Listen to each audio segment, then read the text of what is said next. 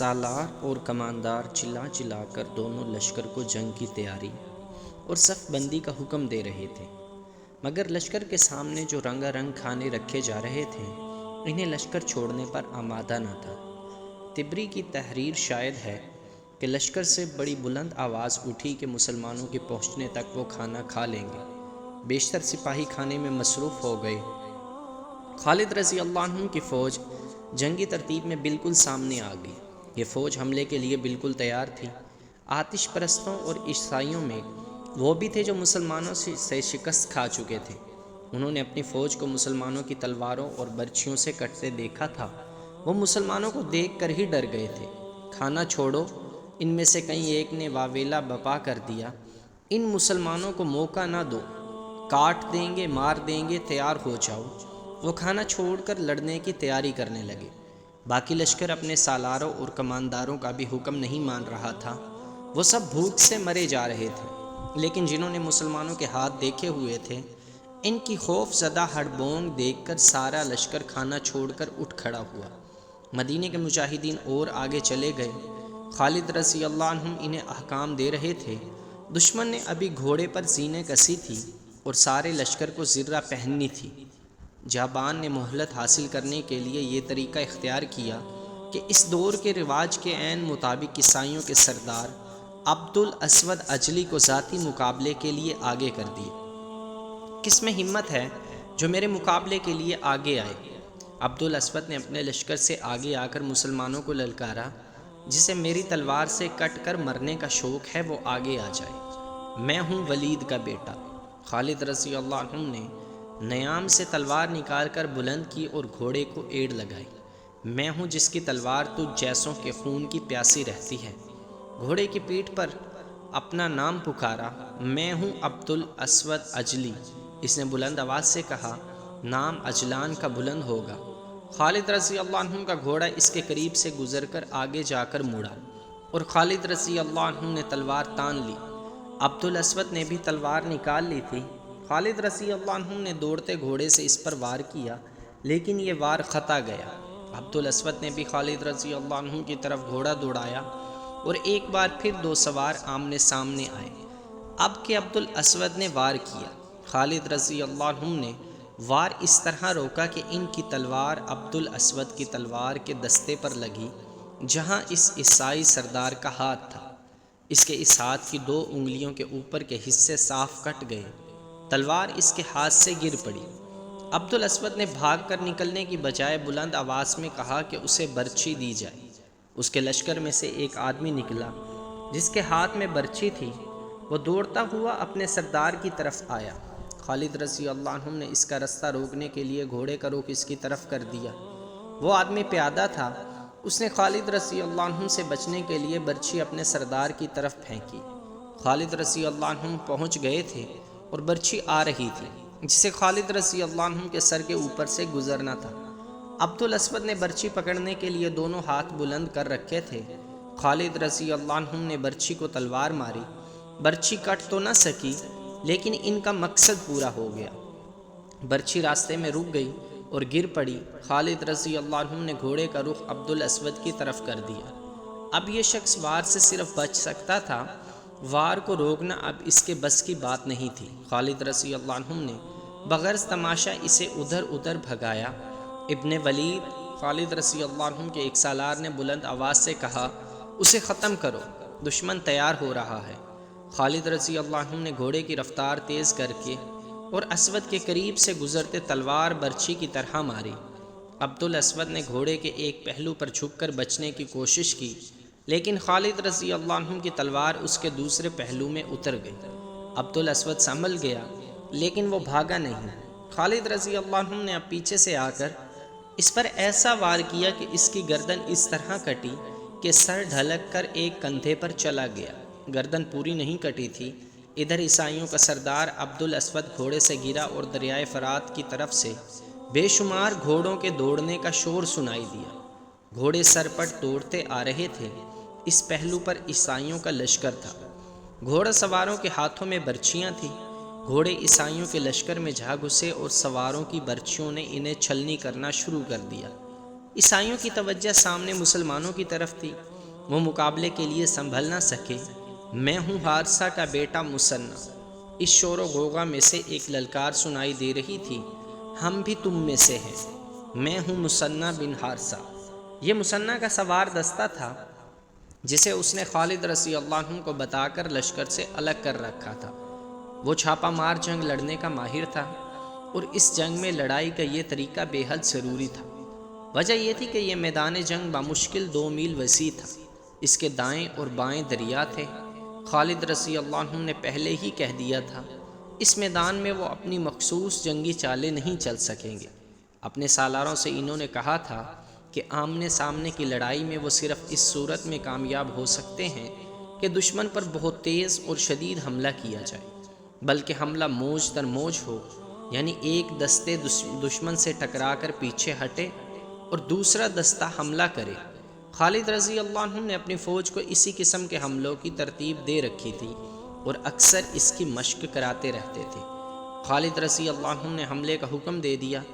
انہوں نے پہلوؤں کے دستوں کو بھی اس حملے میں جھونک دیا۔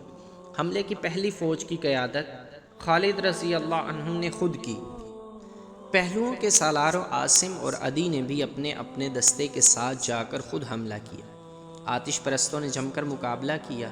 وہ تازہ دم تھے، مجاہدین تھکے ہوئے تھے، لیکن مسلمانوں کو یہ فائدہ مل گیا کہ آتش پرست ابھی پوری طرح لڑنے کے لیے تیار نہیں تھے۔ یورپی مورخوں نے صاف لکھا ہے کہ فارس کی فوج ذہنی طور پر بھی لڑنے کے لیے تیار نہیں تھی۔ یہ فوج بھوکی تھی اور اسے وہ کھانا چھوڑنا پڑا جو خاص اس کے لیے پکوایا گیا تھا۔ اس کھانے کے لیے تو انہوں نے مسلمانوں کی بھی پرواہ نہیں کی تھی۔ مسلمانوں کو اس پہلے حملے میں خون کی خاصی قربانی دینی پڑی۔ آتش پرستوں نے تیار نہ ہوتے ہوئے بھی کئی مسلمانوں کو گھائل کر دیا۔ خالد رضی اللہ عنہ پیچھے ہٹے اور دوسرے دستوں کو آگے بڑھایا۔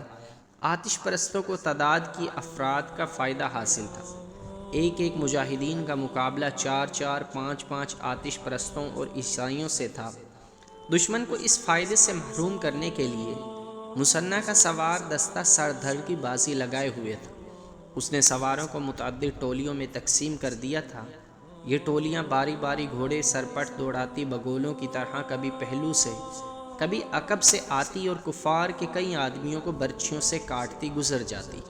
اسی طرح دشمن کی توجہ اپنے عقب پر بھی چلی گئی، لیکن مثنیٰ کے سوار رک کر نہیں لڑتے تھے۔ ان سواروں نے دشمن کی ترتیب درہم برہم کیے رکھی۔ مثنیٰ کی اس کارروائی سے خالد رضی اللہ عنہ نے پورا فائدہ اٹھایا۔ بنو بکر میدان جنگ میں ایک اعلان سنائی دینے لگا، اور زرتشت کے پجاریوں جم کر لڑو، مدائن سے بہمن کا لشکر آ رہا ہے۔ یہ اعلان بار بار سنائی دیتا تھا۔ خالد رضی اللہ عنہ کو یہ اعلان کچھ پریشان کر رہا تھا۔ انہوں نے پہلوؤں کے سالاروں کو پیغام بھیجے کہ ہر طرف دھیان رکھیں۔ خالد رضی اللہ عنہ نے اپنے محفوظہ کے دستوں کو بھی خبردار کر دیا کہ عقب سے حملے کا خطرہ ہے۔ تقریباً تمام مورخوں نے لکھا ہے کہ بہمن مدائن سے کوئی لشکر نہیں لا رہا تھا۔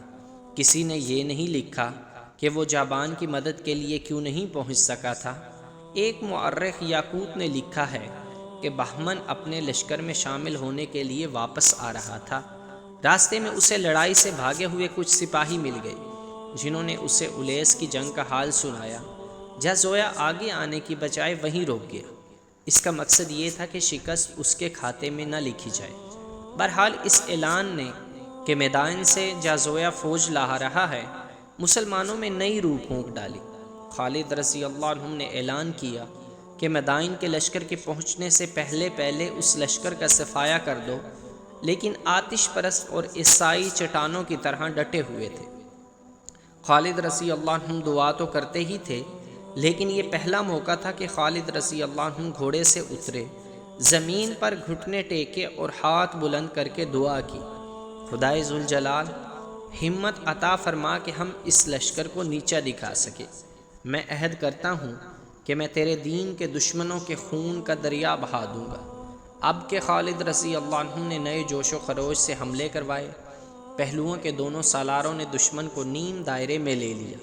عقب سے مثنیٰ بن حارثہ کے سواروں نے اپنی چھاپا مار کارروائیاں جاری رکھی۔ 2-3 گھنٹے بعد صاف نظر آنے لگا کہ دشمن کے قدم اکھڑ رہے ہیں۔ چونکہ دشمن کی تعداد زیادہ تھی اس لیے اس کے مرنے اور زخمی ہونے والوں کی تعداد بھی زیادہ تھی۔ یہ حالت دیکھ کر عیسائیوں اور آتش پرستوں کے وہ لوگ جو پہلی 3 جنگوں سے زندہ بھاگ نکلے تھے حوصلہ ہار بیٹھے اور جانیں بچانے کے لیے میدان جنگ سے کھسکنے لگے۔ پھر لشکر کے دوسرے لوگ بھی پیچھے ہٹنے لگے۔ یہ صورت دیکھ کر مسلمانوں نے اپنے حملوں میں مزید شدت پیدا کر دی۔ پھر اچانک یوں ہوا کہ کفار نے بھاگنا شروع کر دیا۔ تعقب کرو، خالد رضی اللہ عنہ نے اپنے تمام لشکر میں قاصد اس پیغام کے ساتھ دوڑا دیے اور بلند آواز پہ اعلان بھی کرایا، انہیں بھاگنے مت دو، انہیں قتل بھی نہ کرو، زندہ پکڑ لاؤ۔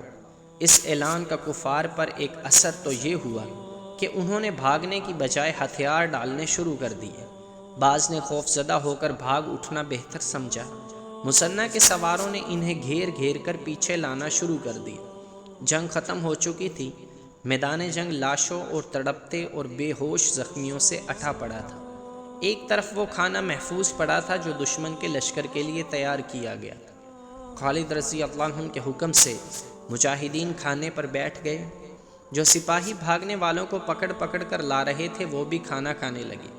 خالد رضی اللہ عنہ نے مجاہدین سے کہا، اللہ نے یہ کھانا تمہارے لیے تیار کرایا تھا، اطمینان سے کھاؤ۔